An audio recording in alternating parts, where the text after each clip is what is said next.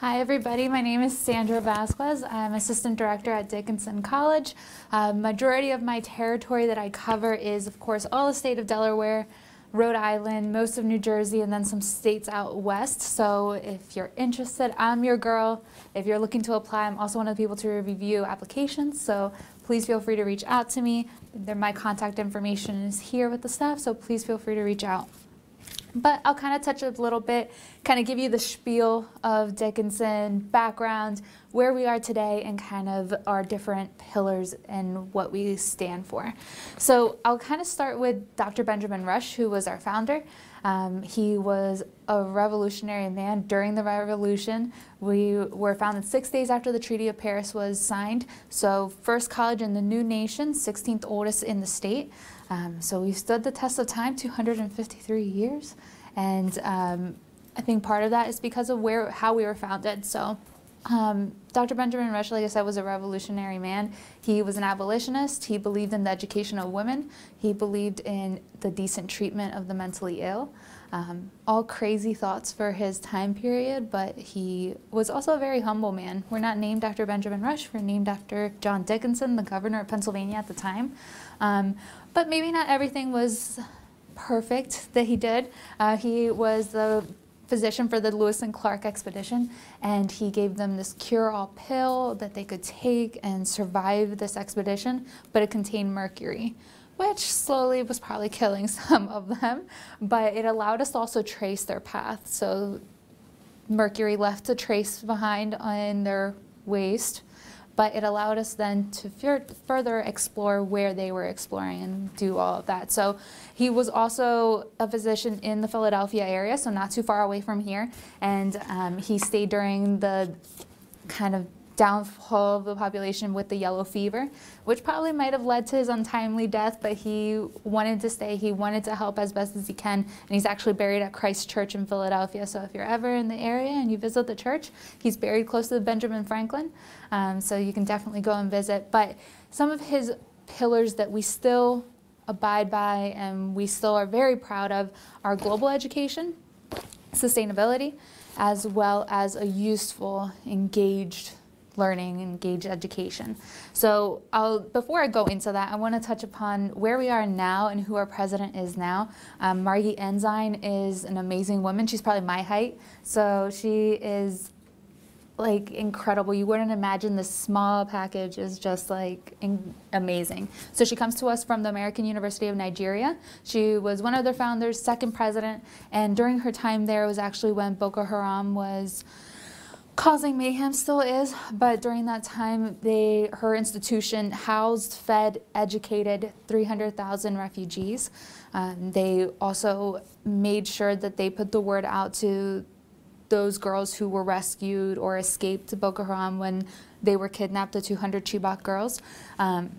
She, in the middle of the night, and if you Google her, you'll find this article from the Smithsonian that touches upon the fact that during the middle of the night, her security detail reached out to her, knocked on her door, said, "We have found some of the girls," and this is so indicative of who she is. She said, "Let's go." So her and one of her security details go out in the middle of the night and rescued some of these girls, and some of them are actually going to be on Dickinson's campus. So she is just incredible, but what I love about her is that she's brought back kind of those ideals back to campus and has also kind of done this comparative look as far as how society was there compared to how society is now. And one of the things she said coming back to America, she's realized that as a society and as a country, we've lost the ability to be able to have conversations with each other, even if we have different viewpoints, different ideals.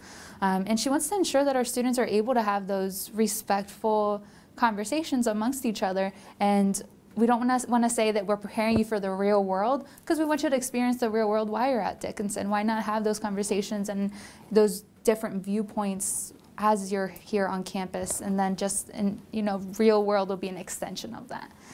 But one of the things that I think probably guided Margie to us is the idea of this global education. So of course, and guys, we will have these here at the office, so if you guys want any of them, please feel free to grab one. It talks a little bit about different study abroad options. So in the packet here, you'll see some of the specific Dickinson programs. So these programs are a little bit different compared to our other ones because they have a tie back to our campus. So there's professors there are Dickinson professors, there's like Dickinson Center, so they're there also to help with advising and guidance. So you're always tied back to us even when you're away.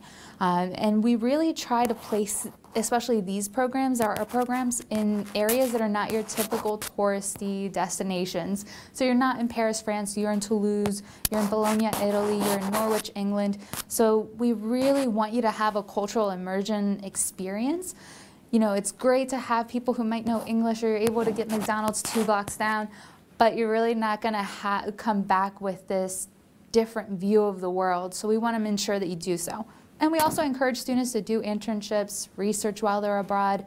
That just adds a whole nother level of cultural immersion to your experience. And also, we don't want you to view it as having a semester or a year off. Of course, we want you to have fun. We want you to explore the country, but we also want to ensure that you're taking courses that are needed for graduation, that they're going to transfer back. And for the most part, they do transfer back, except I know for sure there's the one class in Italy that's surrounding wine. That might be the only one that doesn't transfer back, but doesn't stop anybody from taking it. But for the most part, we try to do so. And some majors might go to specific areas just because of what they have. So science majors might go to the University of East Anglia in England or the University of Queensland in Australia, but you're not necessarily tied down to a specific area. And you could definitely do a full year. Do one location the first semester, second location next semester. We had one student who was interested in studying French, so she did Toulouse, France one semester, and then went to Cameroon the second semester. So always nice to have different experiences. And I would say a good majority of our students study abroad. Of this past graduating class, 60% of them studied abroad. Over 50% of varsity athletes and over 50% of science majors, which are two populations that tend to find it difficult, and it's not as feasible sometimes to fit it into their schedule.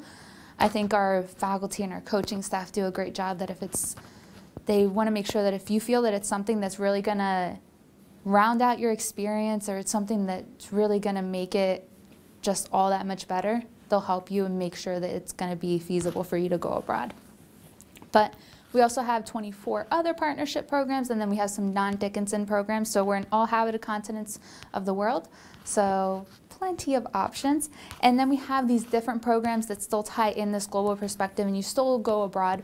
They're called our Mosaic programs, and they all touch on different subjects. So we've done one that focused on natural disasters, and they went to Japan.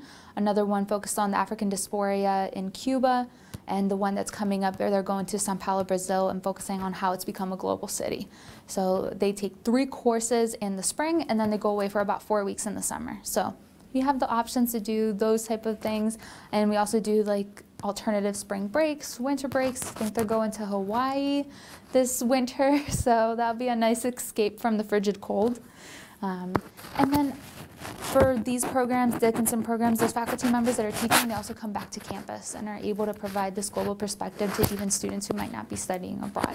So it's kind of nice to still have that on campus, but then 18% or so of our student population are international students. So we have that global view on campus, and then we have the U.S. Army War College in Carlisle as well. And we have senior level military personnel that bring their families from all over the world. So it's kind of nice to see this immense diversity in central Pennsylvania. And me being from Gettysburg, Pennsylvania, when I was growing up, I was the diversity. So to then, you know, getting to high school and everything, seeing more diversity, and now walking through Carlisle and hearing multiple different languages being spoken, it's definitely amazing to see, and I'm like, yes, it's 2018. Things are changing. It's amazing. But again, not necessarily required for you to study abroad, but we definitely encourage you to do so. And then, do you have any questions, or anybody have any questions at this point? Keep forgetting that they're there. I'm trying to pretend. But I'll kind of touch in a little bit as far as sustainability. So we were ranked #1 again in the nation this year in for sustainability, so thank God. But it's kind of tied into different aspects. We don't look at it in just one avenue. But definitely environmental sustainability is huge for us. We have these 12 acres of Tesla solar panels that we hope will provide 25% of the electricity that we use on campus. We also have our Dickinson farm. It's about 6 miles away. It's a 180-acre farm. We farm about 50 acres of it to produce crops, and during heavy growing season it provides about 60% of the produce that we use in our dining halls. So it's kind of nice, farm to table, and when you go into the dining hall, they'll have little plates there that will let you know what's coming from the farm. And I have to say our food's pretty good. I can't complain, and there's plenty of food in Carlisle as well, so everybody has to be careful with that freshman 15. You have to stay active. And then we do different things across campus. Of course we do composting, so when you go into the dining hall you'll see everything's kind of separated out, and then we'll compost it, send it back into the farm. We'll do different things at the farm too, like movie nights, pizza nights, that all the produce is used from the farm. We sell it at the farmer's market, and we also have beehives, so you could be a part of the hive. Fortunately not the Beyonce hive, but you could be a part of the hive, adopt a bee, and then the bee texts you, sends you pictures of how it's doing, asks you how the fam is. So it's kind of nice to see and how everything is functioning on the campus, and just kind of, if you're not really familiar with beekeeping, it's kind of nice to see the back end stuff there. And then as you're walking through campus, you'll pass by edible gardens, so you can grab some bell peppers, habaneros they had the other day, tomatoes, herbs. So some students, if they want to make a stir fry or something, you're able to just go pick them. That's always kind of nice to see around campus, especially right now that it's getting a little cold. It's kind of nice to see life.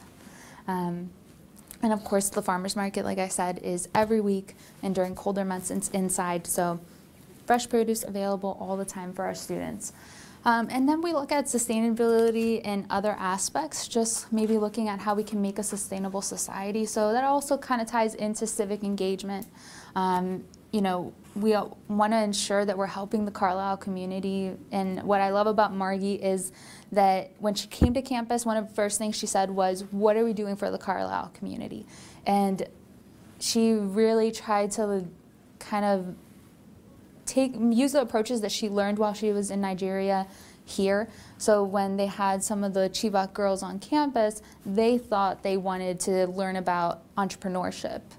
And they didn't. They wanted to learn English. They wanted to learn science. They wanted a different education. So when she came to Carlisle, she was like, okay, let's sit down. Let's not try to reinvent the wheel or create these opportunities and these amazing programs that they don't necessarily want or need. Let's figure out where they need help and where can we fit into what they need.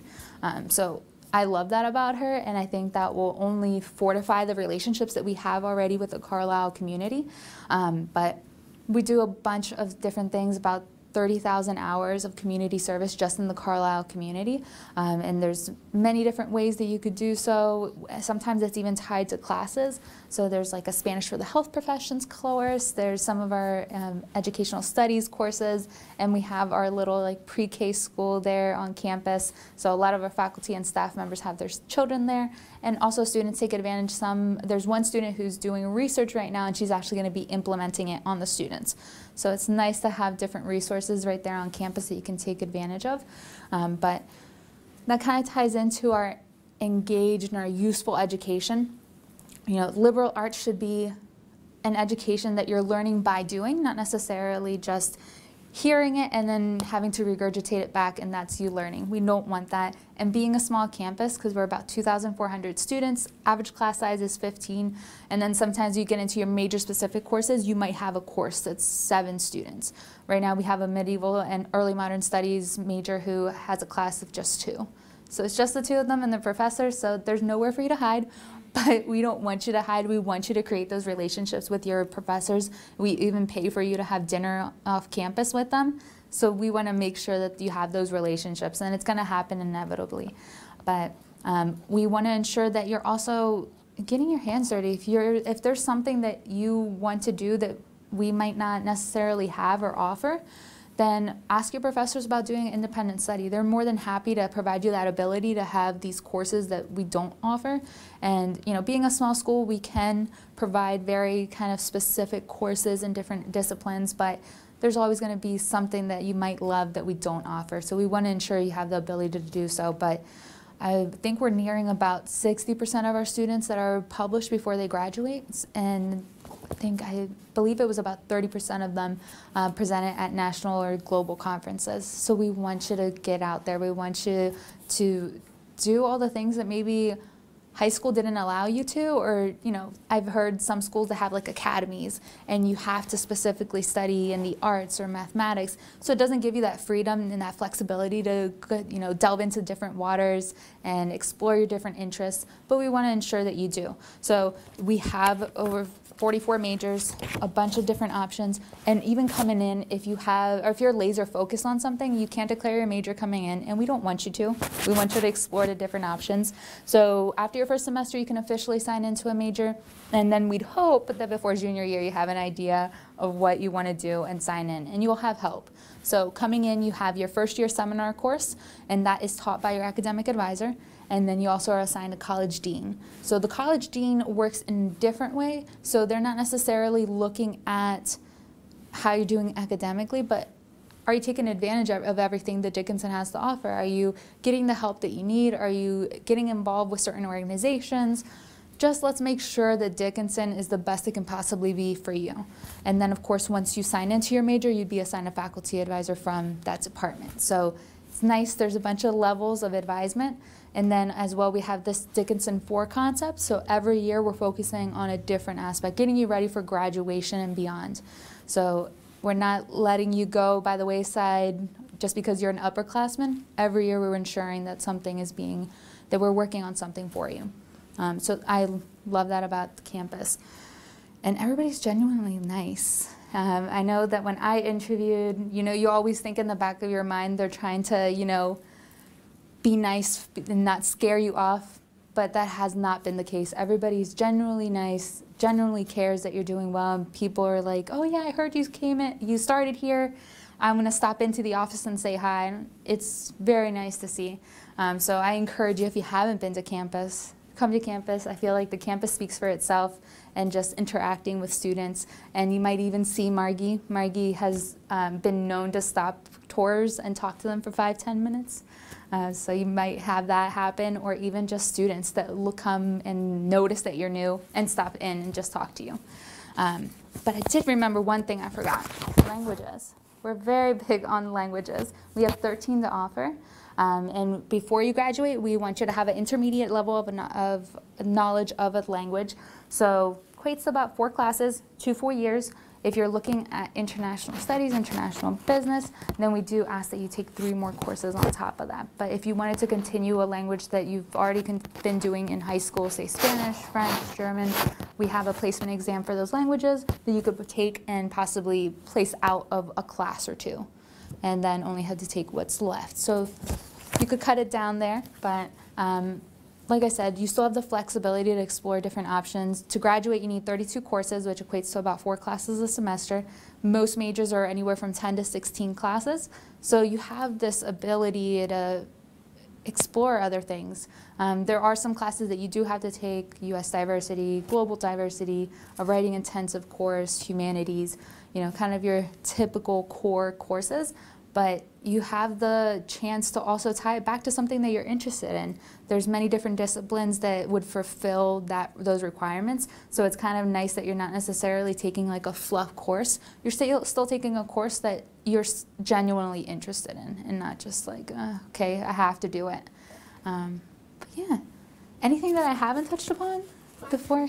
Yeah. Okay, so if I were to do the 3 and 3, like for the law, yeah, can I still do international business for the first 2, I'm guessing? Because yeah, the first one would be the seminar.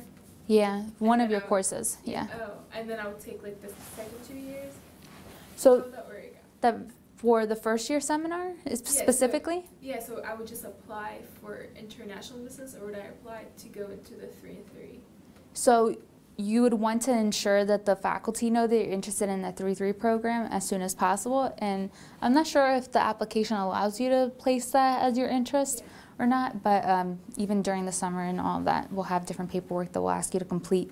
But we would want you to let them know as soon as possible. But we also have this pre-law program that it basically ensures that you're taking any prerequisites that you would need to go on to law school without kind of blocking you as far as what you can study, because honestly you could study anything and go on to law school. Same with medical school. You could have a bachelor's of fine arts, and as long as you completed the prerequisites to get into the program, you're good. So that pre-law will ensure that you're completing all those prerequisites that you would need to go on to law school, and also they're helping you with all of the preparations for your application. So they're reaching out to you, ensuring that you're taking advantage of any options as well that we might have as far as internships and all of that. And then when it comes time to apply, they'll provide you with a recommendation letter from the full department.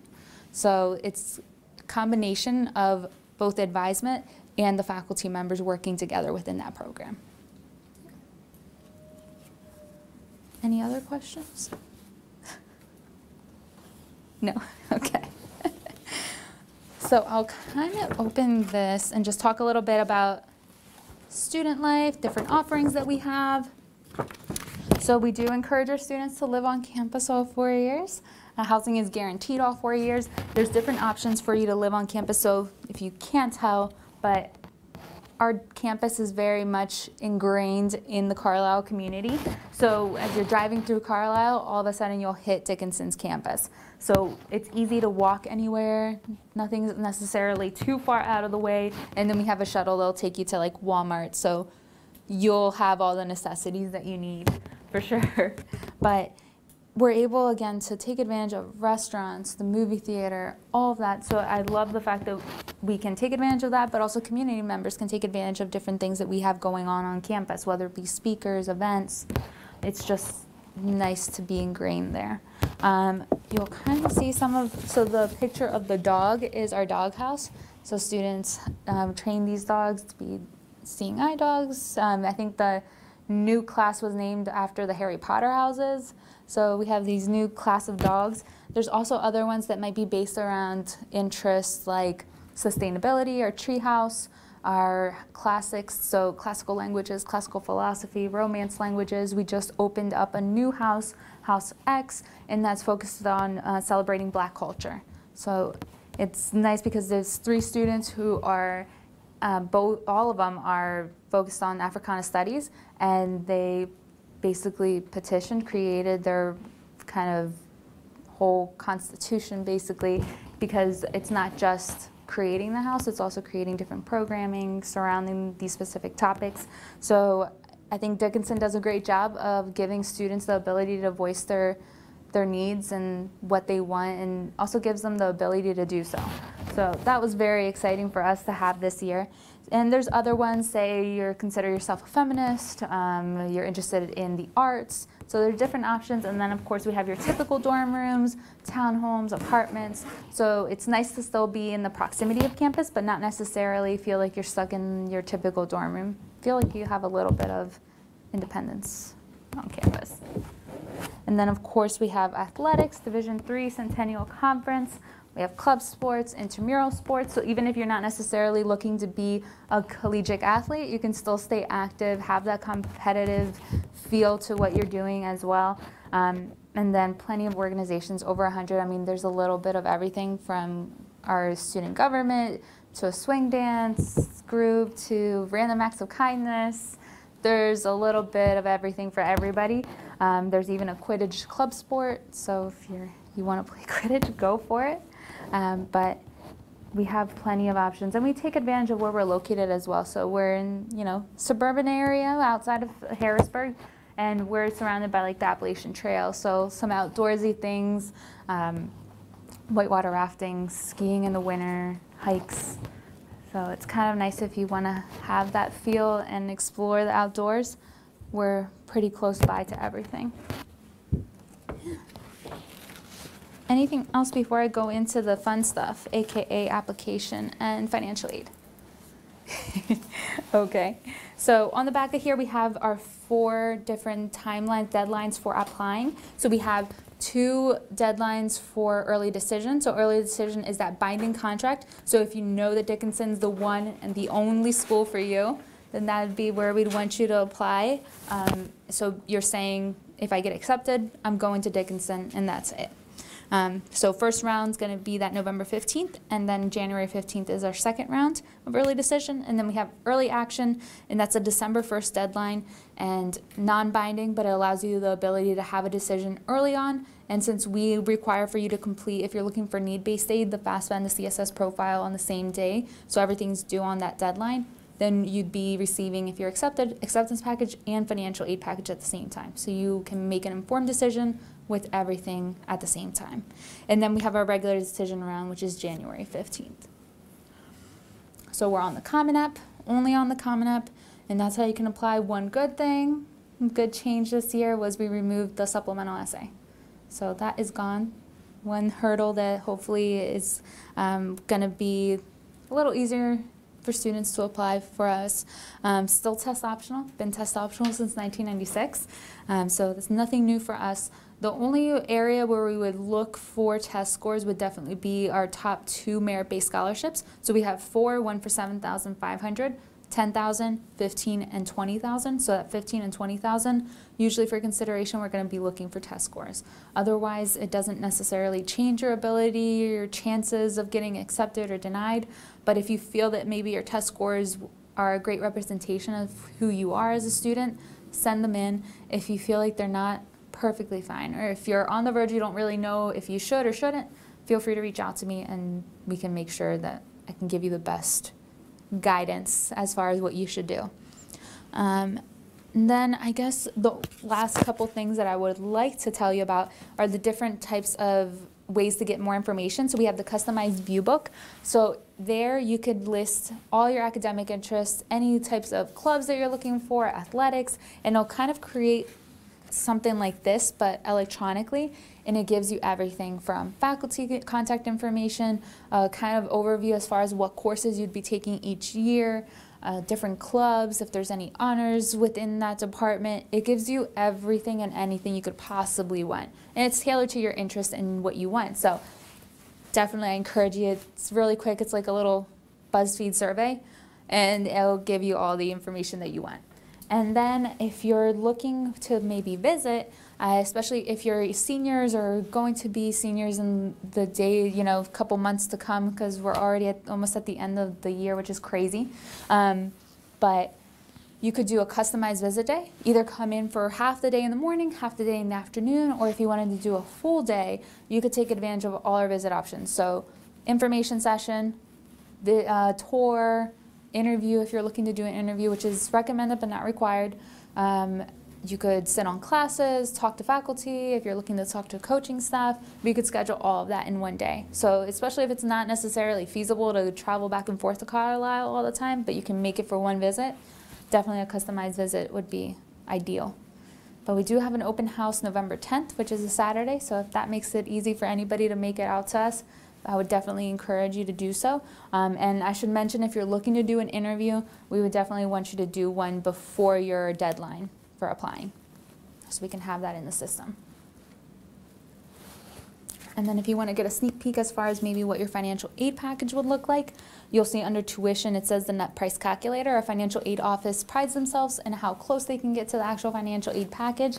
So definitely go ahead, do it. If anything looks a little crazy, feel free to call financial aid. They're more than happy to talk it over with you, like, okay, did you enter this here, or help you do it on their end and send it to you. But it'll give you a good idea as far as what you might be looking at as far as cost.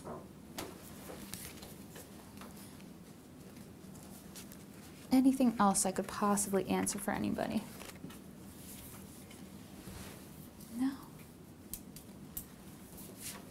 Well, thank you guys. I appreciate it.